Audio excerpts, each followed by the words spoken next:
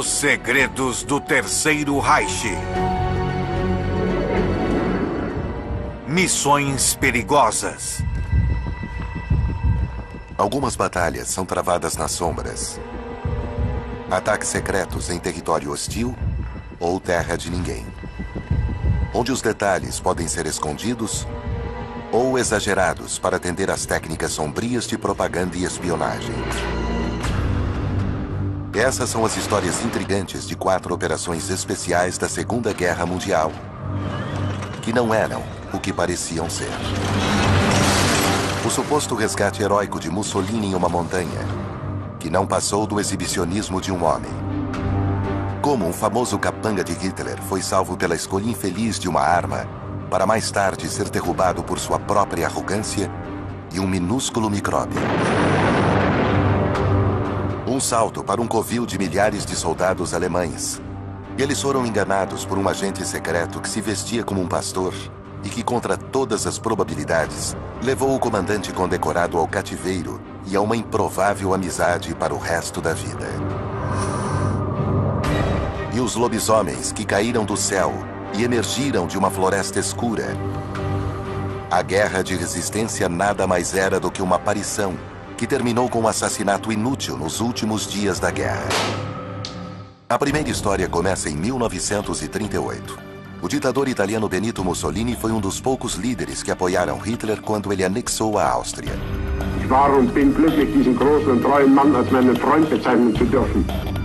O líder fascista italiano ficou ao lado de seu colega ditador e Hitler não esqueceria sua lealdade.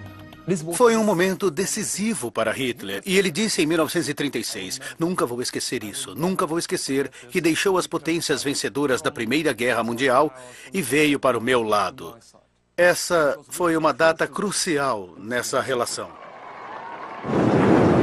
Alguns anos mais tarde, o sol estava se pondo no Império do Eixo que tinha ameaçado dominar o mundo.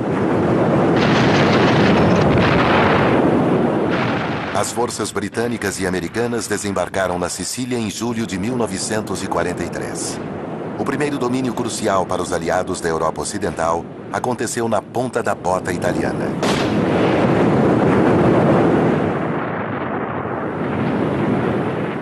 O aliado de Hitler estava vulnerável. A Península Italiana era a porta traseira através da qual os aliados poderiam abrir o caminho para os Balcãs e para dentro do próprio Reich. Da Sicília, tropas americanas e da comunidade britânica avançaram para o continente. Tropas alemãs foram enviadas para reforçar o ponto vulnerável abaixo do Reich.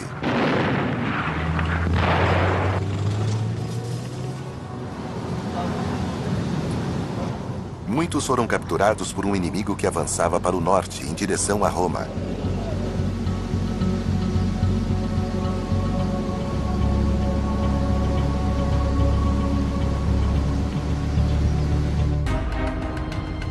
O rei italiano Vítor Emanuel III havia colaborado com Mussolini.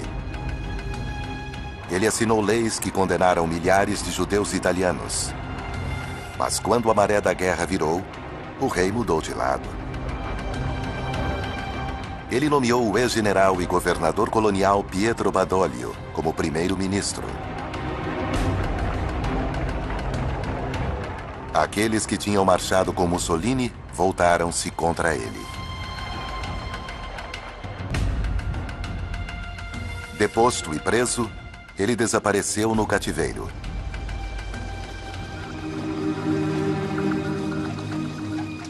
Hitler manteve a promessa. Ele não iria abandonar seu aliado fascista. Hitler queria que um regimento invadisse Roma e prendesse todo o governo italiano. Seus generais o convenceram a esperar até que mais soldados fossem enviados para apoiar. Mas Hitler estava determinado a resgatar seu companheiro. Ele era o parceiro dos velhos tempos e tinha de ser resgatado. O plano de Hitler elevaria a reputação de um obscuro nazista austríaco com pouco treinamento, mas com muita ambição. O capitão da SS, Otto Skorzeny. Quando ficou claro que tinham de resgatar Mussolini, os paraquedistas alemães se ofereceram para fazer isso, mas Himmler decidiu, e também Hitler, que Skorzeny iria participar apenas como observador desta operação. A Itália estava mudando de lado, mas a Alemanha nazista ainda tinha olhos e ouvidos em todo o país. Agentes localizaram Mussolini nas montanhas dos Apeninos, na Itália Central. Os alemães tinham um serviço de inteligência muito bom. Eles interceptavam telegramas, tinham espiões em terra. Por isso ficou bastante claro para onde Mussolini tinha sido levado. E depois de 2 dias eles sabiam que ele estava no hotel em Gran Sasso. Localizado no Planalto Gran Sasso, o Hotel Campo Imperatore tinha uma posição estratégica. Os carcereiros de Mussolini podiam ver quaisquer atacantes chegando. O resgate seria um desafio, mesmo para comandos modernos. Paraquedistas alemães não dispunham de helicópteros na Segunda Guerra Mundial. Ulrich Wegener fundou uma unidade antiterrorista na Alemanha Ocidental em 1973. O veterano das Forças Especiais avaliou a operação para resgatar Mussolini. Do ponto de vista tático, a localização não foi uma má escolha. Era quase impossível se aproximar do hotel. A prisão de Mussolini sem ser notado. O novo governo italiano imaginava que seu prisioneiro e o futuro estavam seguros.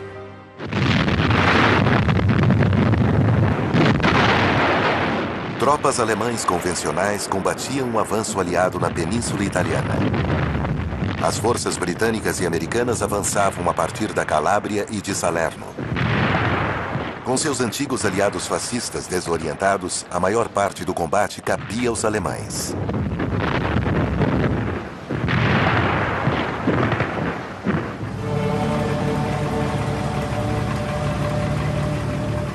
Outro golpe crítico aconteceu em setembro de 1943, quando o comandante aliado, General Eisenhower, soltou uma bomba.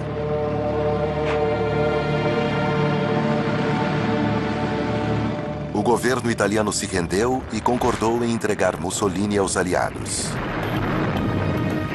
Mas grande parte da Itália vivia um caos. Roma ainda não estava segura.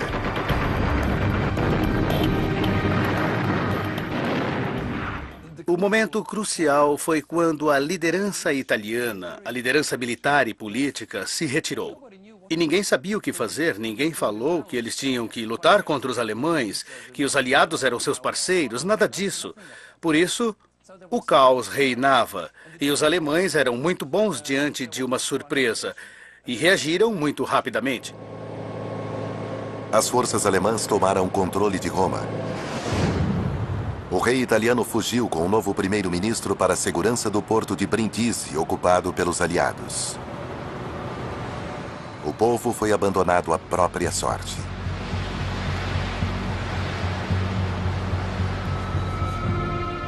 Com suas tropas controlando a capital, Hitler poderia se concentrar em resgatar seu velho companheiro, o ditador deposto Benito Mussolini, em sua prisão na montanha. Paraquedistas seriam enviados para tirar Mussolini das mãos dos traidores que o mantinham cativo nos picos da Itália Central.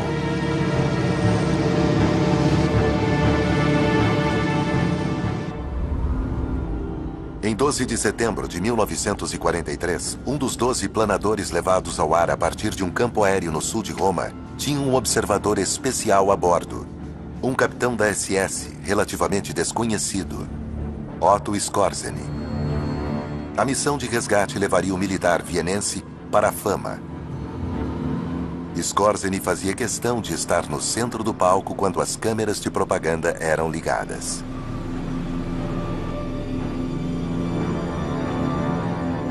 Os paraquedistas a bordo se preparavam para o pouso e para uma batalha campal com traidores italianos que estavam supostamente prestes a entregar seu ex-ditador para enfrentar a justiça dos aliados.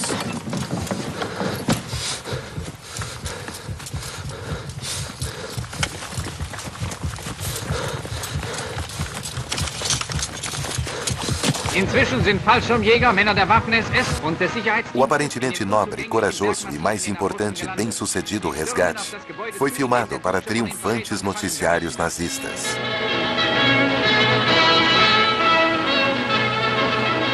O Duque está livre.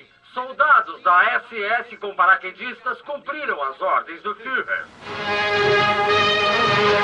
À esquerda do Duque está o capitão da SS, Skorzeny, que o tirou da prisão. No noticiário alemão, parecia que Skorzeny tinha feito tudo. Podemos dizer que toda a operação foi executada pelos paraquedistas da Luftwaffe e ele era apenas um observador, mas Skorzeny foi o primeiro a falar com Mussolini. E ele passou de observador a alguém com um papel fundamental, porque foi o primeiro a entrar no hotel. O ataque aparentemente destemido não foi como pareceu. Otto Skorzeny roubou os holofotes e os paraquedistas resgataram Mussolini sem que um único tiro fosse disparado, embora as fotografias mostrem claramente que os italianos estavam armados. Hoje sabemos que eles decidiram não resistir. Eles não queriam enfrentar represálias alemãs e sabiam que se matassem Mussolini, as represálias seriam muito ruins. E exatamente por isso, eles entregaram Mussolini e os alemães ficaram muito felizes. As metralhadoras no telhado do hotel tinham sido desmontadas. Em vez de resistir, os guardas italianos posaram para os alemães para fotografias. O comandante Giuseppe Guelli estava claramente despreparado para o combate e vestia um terno civil. Guelli recebeu um telegrama de Roma dizendo para que ele agisse com extremo cuidado em relação a Mussolini. Ele disse ao oficial encarregado que uma palavra-código tinha sido previamente acordada. Era uma ordem do Ministério do Interior para entregar Mussolini aos alemães e, com certeza, não deveriam atirar. O show não tinha acabado. Mussolini seria levado a Roma em um pequeno avião de reconhecimento. Seus salvadores deveriam ficar para trás, mas um deles conseguiu colocar seu corpo consideravelmente grande ao lado do ditador deposto. Ele não tinha permissão para embarcar no pequeno avião, que já estava sobrecarregado. Skorzeny era um homem grande, pesava 100 quilos, e ele quase derrubou a aeronave. Mas o piloto conseguiu levá-los para Roma. Foi realmente uma situação perigosa. Skorzeny percebeu que era a chance dele. As câmeras ficariam em Mussolini. E então, ele tinha que tirar proveito da situação. E foi exatamente o que ele fez. O antes desconhecido capitão da SS decolou como um mero observador e voltou como um herói. De Roma, Mussolini foi levado ao QG de Hitler, na Prússia Oriental. A missão foi considerada uma das incursões mais ousadas e bem-sucedidas da guerra. Na verdade, os captores de Mussolini não se preocuparam em disparar um único tiro. A liderança italiana estava feliz por se livrar de um problema em potencial. Em 1922, o rei transferiu o poder a Mussolini e assinou todas as leis que o novo ditador lhe deu, incluindo as leis raciais de 1938 e a declaração de guerra. O Marechal Badoglio tinha feito a carreira num regime fascista e, entre outras coisas, tinha usado gás venenoso durante a guerra colonial no Egito em 1935. Ele poderia ter sido condenado como um criminoso de guerra. Os dois podiam ter sido processados por isso num pequeno julgamento de Nuremberg italiano. E Mussolini iria dar declarações sobre as responsabilidades históricas e políticas do rei e de Badoglio. Desesperados para desviar a atenção da derrota no Oriente, os nazistas transformaram Otto Skorzeny numa espécie de herói nacional. Todos saúdam o libertador de Mussolini. Não houve glória para Benito Mussolini. Ele transformou-se num fantoche do que restava da ocupação nazista na Itália. Mussolini encontrou Hitler, que o convenceu a se tornar líder de um novo estado fascista no norte da Itália, com sede em Salo, no Lago de Garda.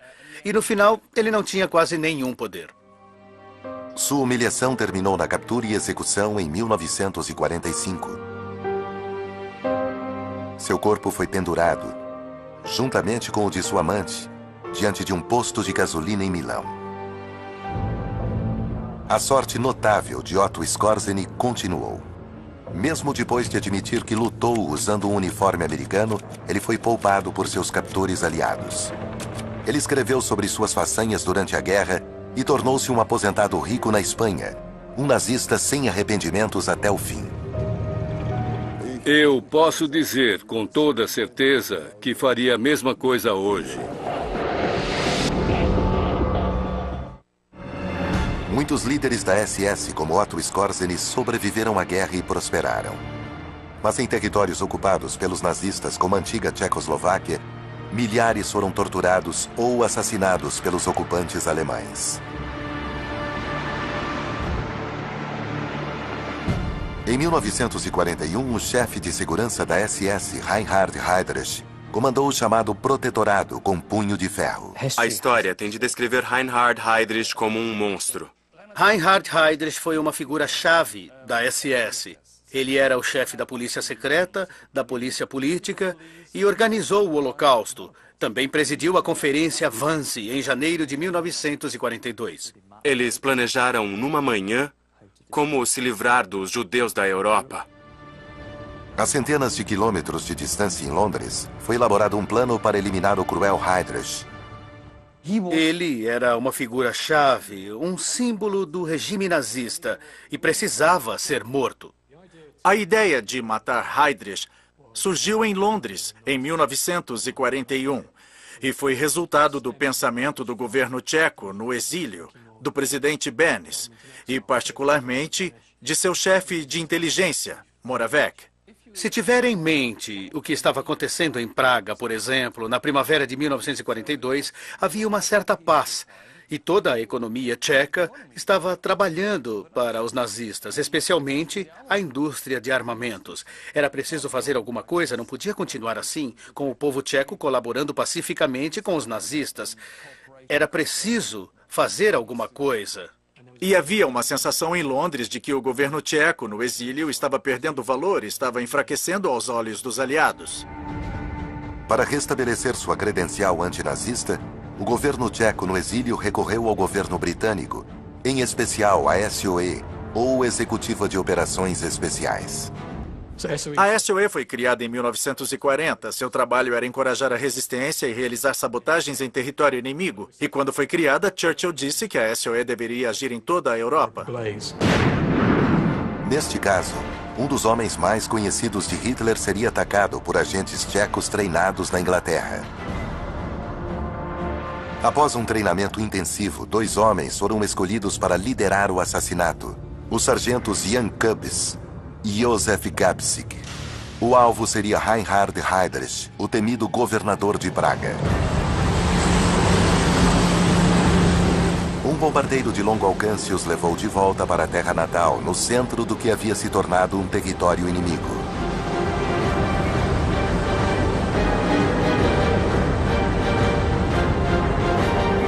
Mas depois de muito tempo, esforço e recursos investidos, os assassinos tchecos receberam uma arma relativamente barata e às vezes não confiável, a submetralhadora Sten.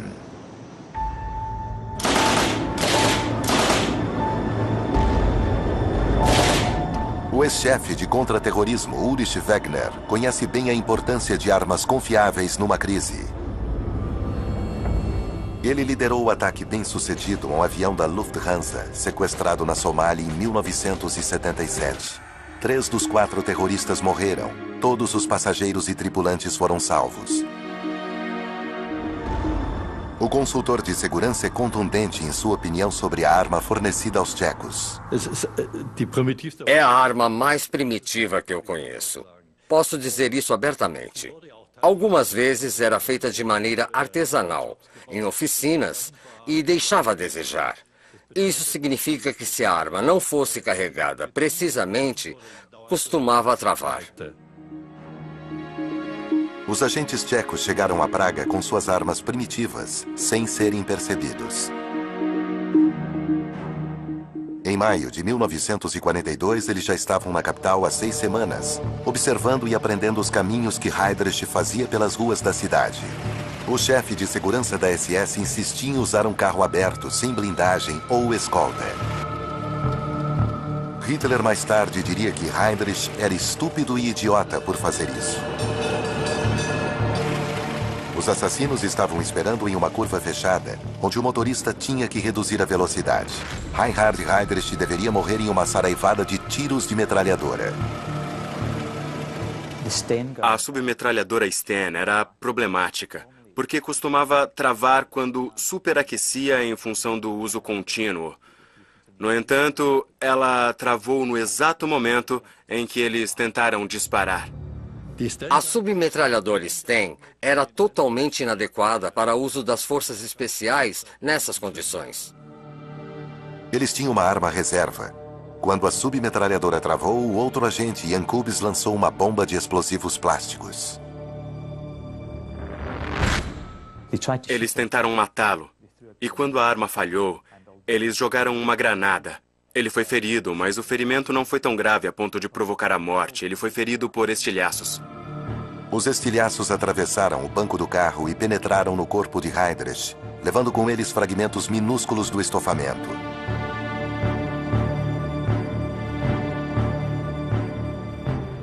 Apesar dos ferimentos, o capanga de Hitler tentou atirar em seus agressores, mas os agentes tchecos escaparam em bicicletas. Heydrich foi levado para o hospital Bulovka. Os melhores médicos nazistas, incluindo o médico pessoal de Hitler, Theodor Morell, foram enviados a Praga. Cirurgiões removeram seu baço. Em 99% da população, a remoção do baço é bem tolerada e não provoca complicações, pelo menos nada sério. No início, a cirurgia de emergência parecia ter dado certo. O governador da Boêmia e Morávia estava sentado na cama, tomando o café da manhã, quando de repente entrou em coma e nunca mais se recuperou. Ele era o cruel chefe de segurança da SS, mas insistia em viajar em um Mercedes aberto e não blindado. Sua arrogância foi fatal. Um pequeno fragmento, possivelmente uma parte do enchimento do estofamento de couro da limusine, derrubou um dos fanáticos mais temidos do Terceiro Reich. Acreditamos que os estilhaços levaram fragmentos do estofamento do carro para dentro da ferida. E embora tenham retirado os estilhaços, o pequeno fragmento provocou uma septicemia, um envenenamento do sangue. E foi isso que o matou. É irônico, a missão foi cumprida, embora tenha levado mais tempo do que pensavam. O prontuário de Heydrich mostra que os médicos sabiam da contaminação da ferida e dos perigos de uma infecção. Mas o envenenamento do líder nazista foi mesmo um acidente? O Centro Britânico de Armas Químicas em Porton Down, perto de Salisbury, começou a experimentar armas biológicas em 1940. Um de seus oficiais afirmou que o laboratório pode ter participado fornecendo aos agentes granadas com toxina botulínica, a bactéria que chamamos de Botox. Mas acho que é pouco provável que tenham usado toxinas no caso do assassinato de Heydrich. As provas não apontam para isso. A toxina botulínica deve ser cuidadosamente armazenada. Os agentes que ficaram em Praga por várias semanas antes do ataque não teriam condições de fazer isso. A bomba usada para matar Heydrich era um dispositivo básico, e a maneira como ele morreu não era consistente com intoxicação botulínica. O envenenamento com Botox, como é conhecido hoje, normalmente teria levado a uma paralisia respiratória rápida, em questão de horas, talvez 2 dias. Mas o fato de ele ter melhorado e piorado em seguida contradiz completamente essa teoria. O fiel discípulo de Hitler, um arquiteto do Holocausto, foi homenageado com um funeral de Estado em Berlim.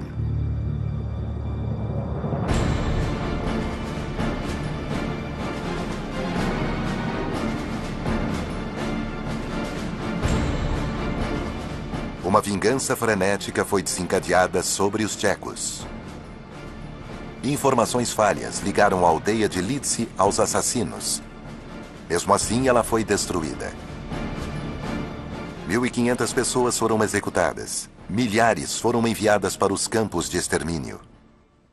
Essas pessoas não teriam morrido se Heydrich não tivesse sido assassinado. E, no fim, não mudou nada. A colaboração continuou. A indústria de armamentos em Pilsen, por exemplo, em Skoda e outros lugares continuaram trabalhando para o Terceiro Reich. 3 semanas após o assassinato de Heydrich, os assassinos ainda estavam soltos. Praga ficou sob um rigoroso toque de recolher. Os nazistas ofereceram uma recompensa de 1 milhão de marcos para quem os traísse. Deu certo. Os agentes foram presos em uma igreja e executados.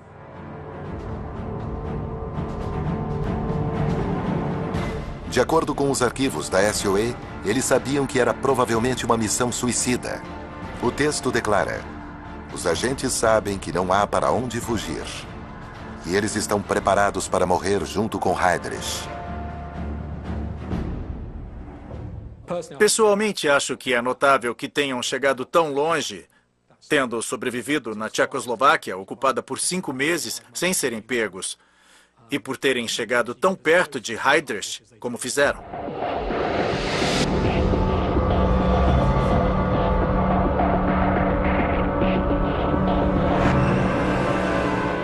Tais missões de vida ou morte eram um salto para o desconhecido. Ao contrário dos soldados convencionais, os agentes da Executiva de Operações Especiais não podiam esperar qualquer misericórdia caso fossem capturados. Com a ordem de incendiar a Europa, muitos agentes da SOE morreram no conflito. A expectativa de vida de um operador de rádio na França ocupada era de apenas 6 semanas. Mas sabotadores britânicos conquistaram vários sucessos impressionantes na guerra, e uma operação de sequestro na ilha de Creta ocupada pelos alemães foi um deles. Para os alemães, Creta era um ponto estratégico vital. Era um ponto de passagem para a África e uma base naval e aérea em potencial para proteger os campos de petróleo do norte. Uma enorme guarnição com cerca de 30 mil soldados estava estacionada na ilha. Mas sua estadia sob o sol do Mediterrâneo foi estragada por agentes britânicos como Patrick Leigh Fermor. Ele passou 1 ano e meio na ilha de Creta, disfarçado de pastor, investigando o inimigo antes de ser enviado de volta.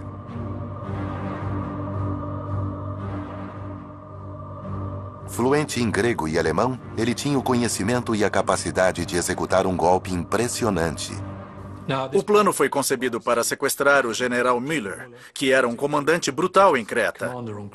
Ele deixou a ilha e foi substituído pelo general Kripe. O major-general Kripe foi um veterano respeitado das 2 guerras mundiais e serviu com distinção na Rússia. Kripe era menos desagradável. Ainda assim, o valor de propaganda, o valor da publicidade de um sequestro bem-sucedido era considerável. Foi numa época em que os ingleses e os aliados estavam planejando a invasão da Europa. Este tipo de operações, essas operações chamativas no Mediterrâneo, ajudavam na tática de engodo.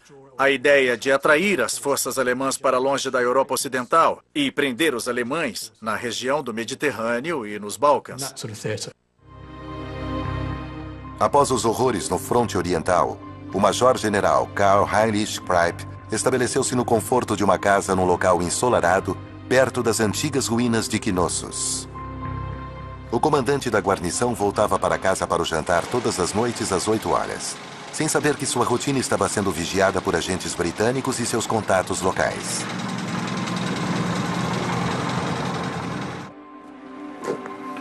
Vestido como um policial militar alemão, Patrick Leigh Fermor e seus companheiros pararam o carro do major-general. Alto! O comandante da Wehrmacht, que liderou e sobreviveu a combates na França e na Rússia, foi capturado com facilidade. Seu infeliz motorista também foi capturado e depois morto.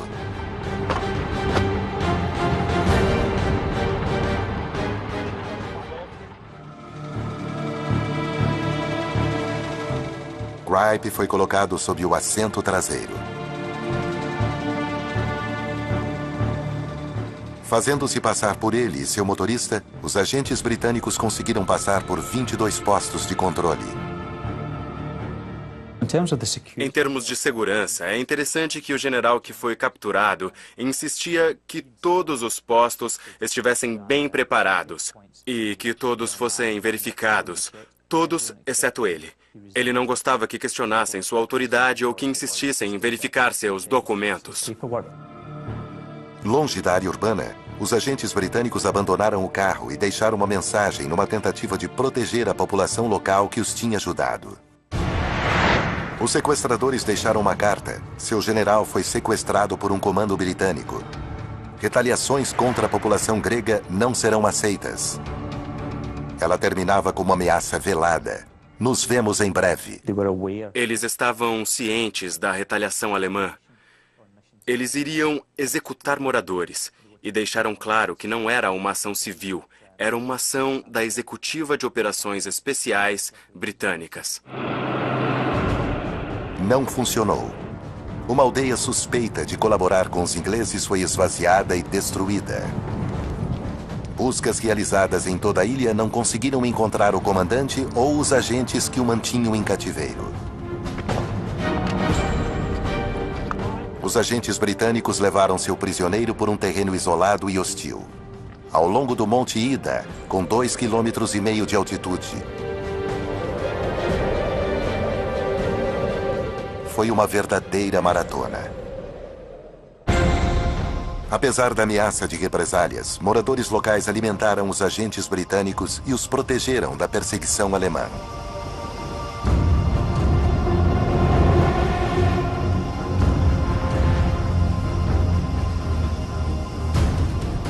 Milhares de soldados vasculharam a ilha, enquanto aviões de reconhecimento procuravam do alto.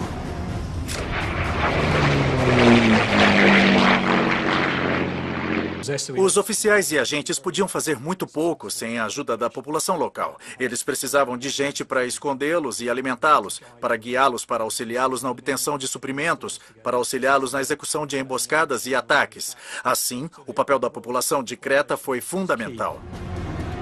O caráter dos dois agentes britânicos, Patrick Leigh Fermor e Stanley Moss, foi fundamental também. O prisioneiro tinha quase 50 anos de idade. Apesar das dificuldades, eles conseguiram convencer o general alemão a continuar com eles. Após 3 semanas de fuga, eles finalmente chegaram à costa sul e a um encontro com um barco com destino ao Cairo.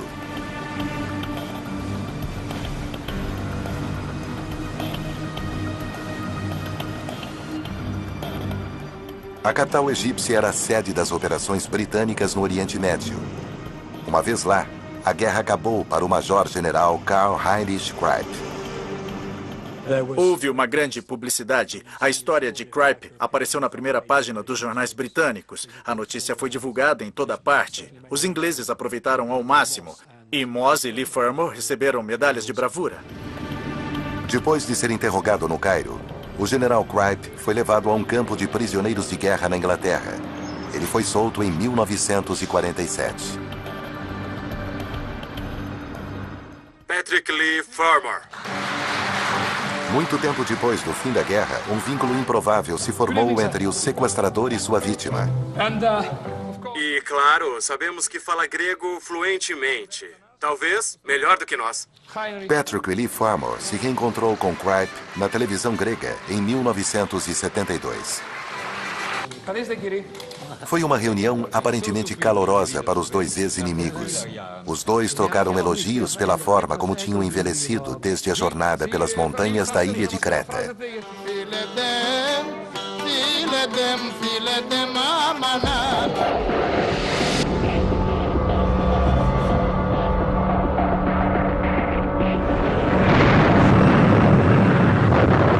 É claro que poucas experiências de guerra têm um final feliz, especialmente aquelas que envolvem espionagem e assassinato. No final de 1944, as forças aliadas tinham avançado para cidades como Aachen, no oeste da Alemanha. Defensores nazistas foram derrotados depois de batalhas nas fronteiras do Império de Hitler. Aachen foi a primeira cidade alemã a cair diante dos aliados. Mas com a proximidade da derrota, o governo nazista exercia um controle cada vez mais rígido sobre a população. O Partido Nazista conseguiu manter um controle muito maior sobre o Estado e o povo. O terror era realmente muito grande. E quem dissesse que a guerra tinha acabado, teria problemas muito sérios. Então eles podiam até acreditar que a guerra tinha acabado e que seriam mortos, mas queriam levar o povo alemão junto com eles. A cidade medieval estava em ruínas. Apenas uma fração da população permanecia na cidade. Esta era Aachen um dia após a sua queda. O trabalho de recuperação não seria fácil. A estação ferroviária teria que ser reparada. O governo militar passou a trabalhar, estabelecendo a ordem e restaurando as comunicações. Além de estradas e ferrovias, os aliados precisavam recuperar a administração civil para trazer um pouco de ordem em meio à devastação da guerra. Civis alemães foram convocados para essa e outras tarefas.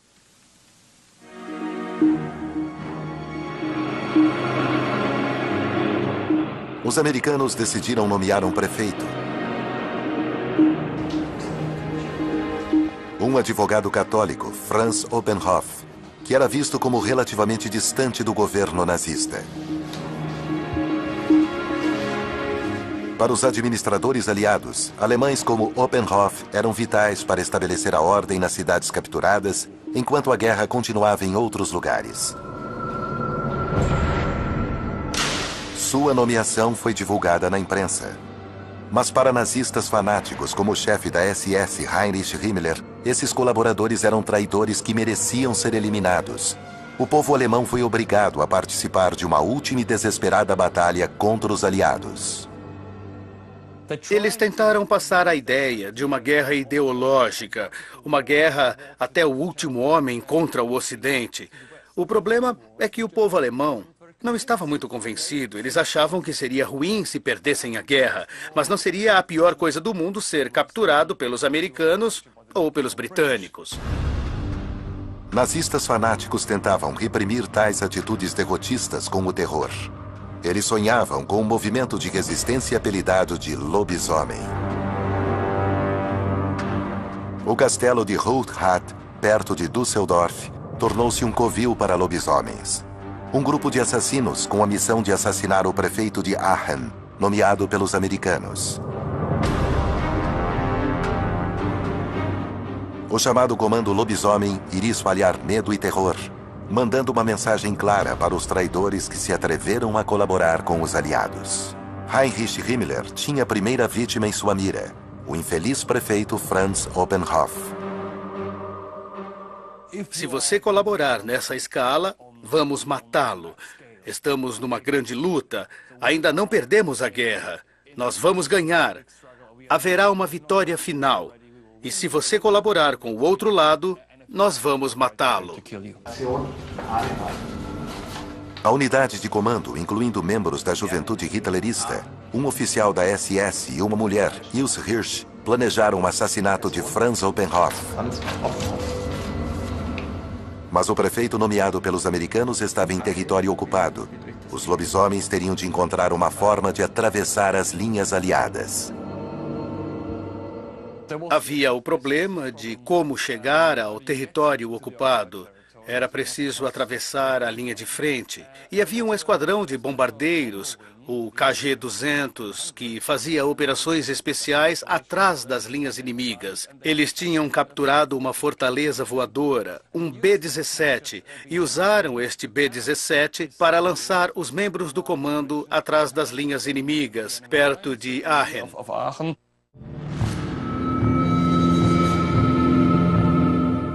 Os assassinos foram levados através da fronteira até a Bélgica.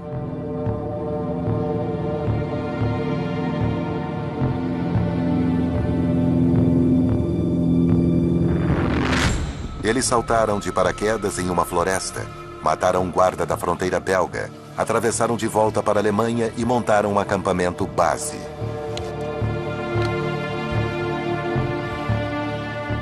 A partir daí, era a mulher do grupo, Ilse Hirsch, que conduziria os assassinos até a casa de Franz Oppenhoff.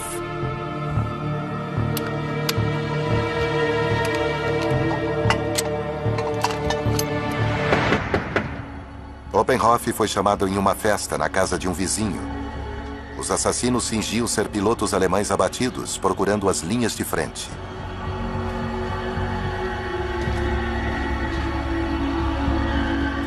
Quando Oppenhoff disse para se renderem aos americanos, o operador de rádio da SS, Sepp Leigeb, gritou Heil Hitler, antes de atirar no pai de 3 filhos na cabeça a queima-roupa.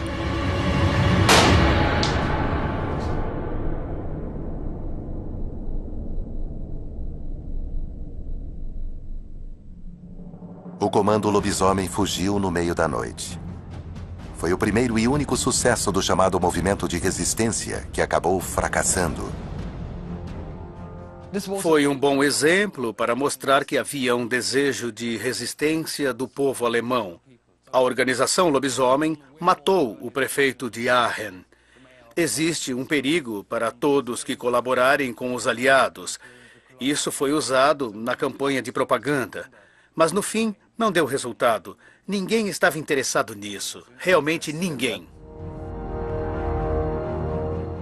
O homem que puxou o gatilho, o operador de rádio Sepp Leigeb, morreu numa explosão quando a companheira sabotadora, Ilse Hirsch, pisou numa mina.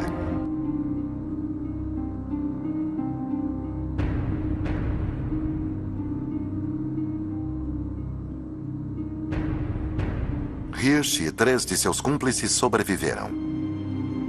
Eles foram presos, julgados e condenados. Mas nenhum deles passaria muito tempo atrás das grades.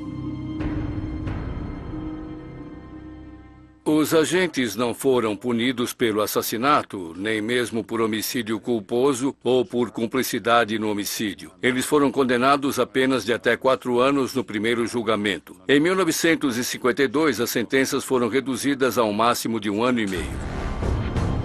O assassinato brutal de Franz Oppenhoff foi pouco mais do que um breve golpe de propaganda. A exemplo das outras operações clandestinas apresentadas neste programa, o objetivo era o envio de uma mensagem clara.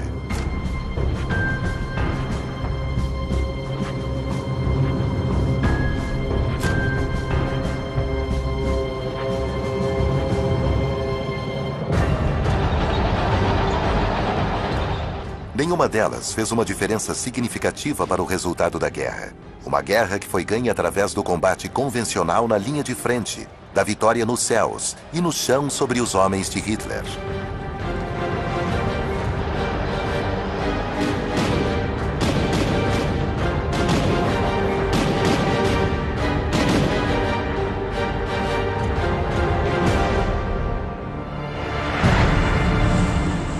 A guerra moderna é travada de forma diferente.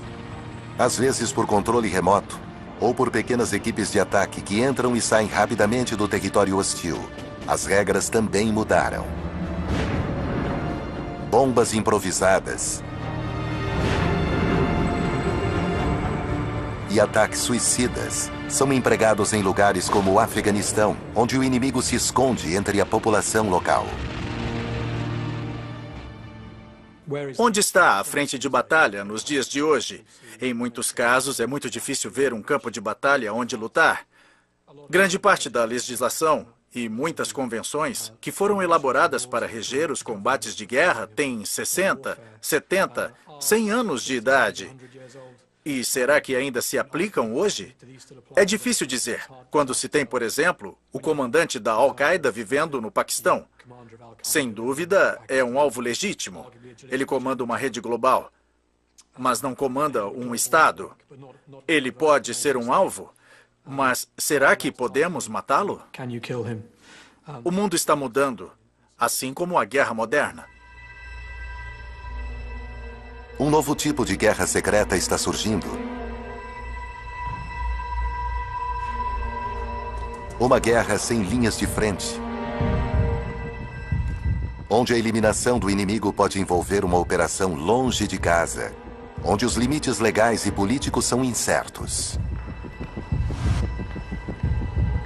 Mas a exemplo dos antigos comandos, as modernas operações de forças especiais têm um objetivo em comum: mostrar ao inimigo que não há onde se esconder.